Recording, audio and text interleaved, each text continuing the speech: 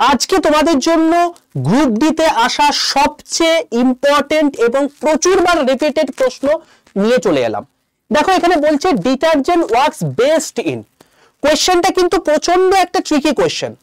যদি এখানে সাবান হতো তাহলে কিন্তু জিনিসটা অতি অবশ্যই তোমরা সফট ওয়াটার মেরে দিতে, এবং দেখো তোমরা যাতে এটা সফট ওয়াটার মারো তাই অপশন এ তে এটা দিয়ে দিয়েছে, কিন্তু এটা অ্যান্সার কি হবে জানো? এটা হচ্ছে hard water and soft water, এটা তোমার হচ্ছে অ্যান্সার হবে। কারণ কি, দেখো এই যে হার্ড ওয়াটার থাকে, এই হার্ড ওয়াটারের মধ্যে দুটো টাইপের লবণ থেকে থাকে, একটা হচ্ছে ক্যালসিয়াম আর একটা হচ্ছে ম্যাগনেসিয়াম। এবার এই যে ক্যালসিয়াম এবং ম্যাগনেসিয়াম এর সঙ্গে সাবান কি করে, রিয়াকশন করে ফেলে, রিয়াকশন করে একটা জলে অদ্রবণীয় স্কাম তৈরি করে ফেলে, যার জন্য সাবানের ফেনা তৈরি হয় না। আর সাবানের যদি ফেনা তৈরি না হয় তাহলে মিচেল ফর্ম হবে না, আর মিচেল যদি ফর্ম না হয় তাহলে সেক্ষেত্রে সে কি করতে পারবে না, কোনো রকম কোনো ময়লা তুলতে পারবে না। ডিটারজেন্টের ক্ষেত্রে সফট ওয়াটার বলো বা হার্ড ওয়াটার, বেসিক্যালি সফট ওয়াটারে থাকে না এই সমস্ত লবণগুলো, হার্ড ওয়াটারে যে লবণগুলো আছে তার সঙ্গে রিয়াকশন করে স্কাম তৈরি করছে না।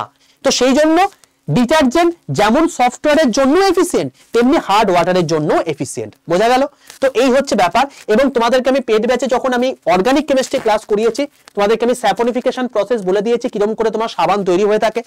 সেই সাবান তৈরি করার ক্ষেত্রে তিনটে মেন ফ্যাটি অ্যাসিড, যেমন স্টেরিক অ্যাসিড, পলিমেট্রিক অ্যাসিড, ওলেরিক অ্যাসিড কিরকম করে কাজ করে থাকে সেটা তোমাকে বলেছিলাম। এবং তোমাকে বলেছিলাম সাবান তৈরি করার ক্ষেত্রে এখানে কোভ্যালেন্ট বন্ড হয়ে থাকে, এখানে দুটো কম্পোনেন্ট থেকে থাকে, একটা হচ্ছে হাইড্রোফোবিক কম্পাউন্ড, একটা হচ্ছে হাইড্রোফিলিক কম্পাউন্ড, এবং তাদের স্ট্রাকচারটা হয়ে থাকে তোমাকে ট্যাডপোল স্ট্রাকচার।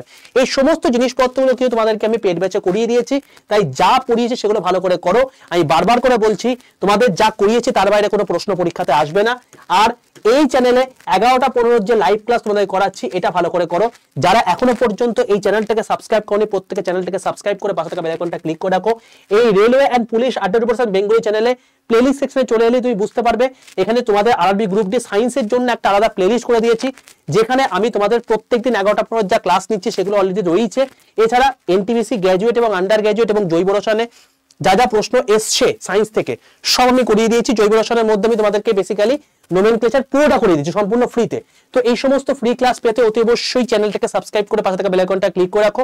আর এই সেশনটা করে তোমাদের সত্যি করে কি উপকার হচ্ছে অতি অবশ্যই কিন্তু কমেন্ট সেকশনে লিখে জানাতে ভুলো না।